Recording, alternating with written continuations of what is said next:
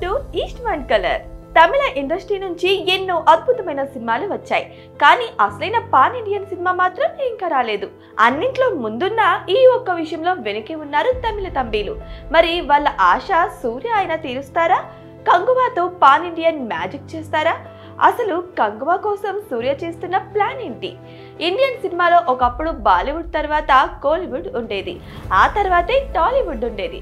కానీ ఇప్పుడు అలా కాదు. టాలీవుడ్ టాప్ ప్లేస్ కు వెళ్తే బాలీవుడ్ 2వ స్థానంలో, తమిళ ఇండస్ట్రీ 3వ స్థానంలో ఉంది.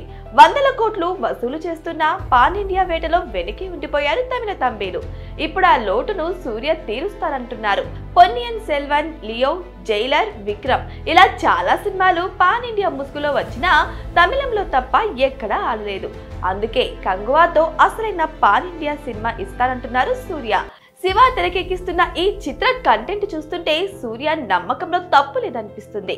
విజువల్ వండర్ గా దీన్ని రూపొందిస్తున్నారు శివ.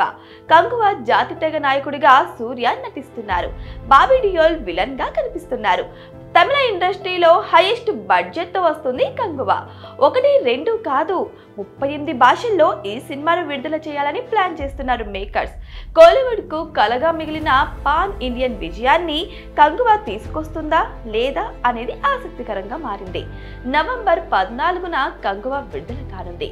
ఈ సినిమా కథకు దేవరకు కాస్త పోలికలున్నాయంటూ సోషల్ మీడియాలో వార్తలు వస్తున్నాయి. 2 సముద్రం నేపథ్యంలోనే సాగే కథలే. అయితే కంగువా పూర్తిగా దేవర కథకు భిన్నంగా ఉంటుందంటున్నారు మేకర్స్. మొత్తానికి చూడాలిక కంగువాతో సూర్య చేయబోయే మ్యాజిక్ ఎలా ఉండబోతుందో.